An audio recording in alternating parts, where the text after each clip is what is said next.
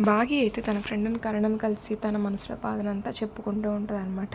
"నిజమా పూరి నువ్వు చెప్పేదంతా నిజమేనా?" అనేసి కరుణ అడుగుతూ ఉంటే, "అవునే నేను అభిమానించే కొడైకెనాల్ అక్క, పిల్లల అమ్మ అరుంధతి ఇద్దరూ ఒకటేనే. ఈ విషయం తెలిసి నాకైతే ఎంత బాధేసిందో" అనేసి ఇంకా బాగి అంటూ ఉంటదనమాట.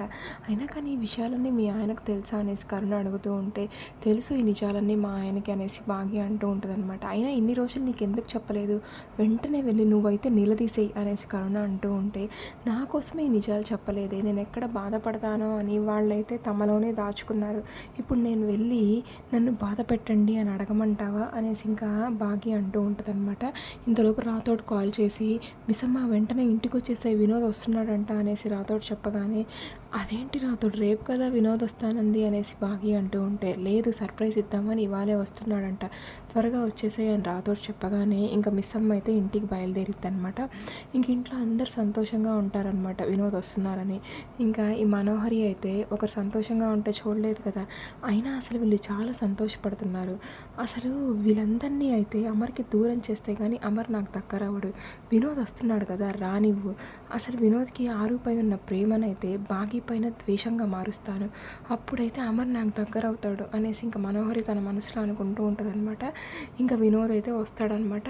అందరూ అయితే వినోద్ని పలకరిస్తూ ఉంటారు. "అమ్మ అనామిక వెళ్ళి నువ్వైతే హారతి తీసుకురమ్మా" అనేసి నిర్మలమ్మ అంటూ ఉంటే, ఇంకా అనామిక అయితే హారతి తెచ్చి వినోద్కి హారతి ఇస్తూ తిప్పుతూ ఉంటే, వినోద్ అయితే అనామికను అలాగే చూస్తూ ఉంటాడనమాట.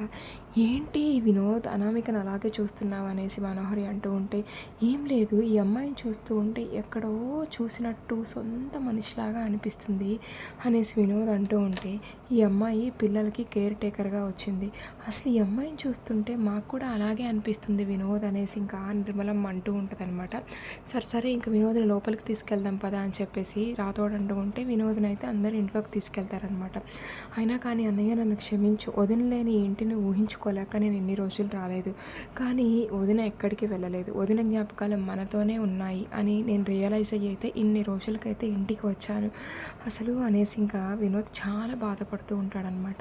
"ఏం చేద్దాం వినోద్, అంత సడన్గా జరిగిపోయింది" అనేసి అమర్ అంటూ ఉంటే, "అయినా కానీ అన్నయ్య హాల్లో వదిన ఫోటో లేదేంటి" అనేసి ఇంకా వినోద్ అడుగుతూ ఉంటే, "పిల్లలు మీరైతే బయటికి వెళ్ళి ఆడుకోండి" అనేసి అమర్ అయితే పిల్లల్ని పంపించేస్తాడనమాట.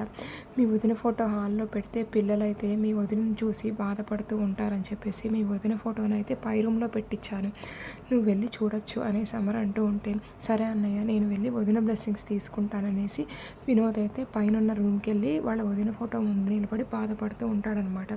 వాళ్ళ వదినకి తనకి ఉన్న బాండింగ్ అంతా గుర్తు తెచ్చుకుంటూ ఏడుస్తూ ఉంటాడనమాట. "వదిన నాకైతే మీరు అక్కలేని లోటునైతే తీర్చేశారు, మీరు వెళ్ళిపోయినందుకు నాకు చాలా బాధగా ఉంది" అనేసి వినోద్ అంటూ ఉంటే, ఇంకా మనోహరి అక్కడికైతే వస్తుందన్నమాట.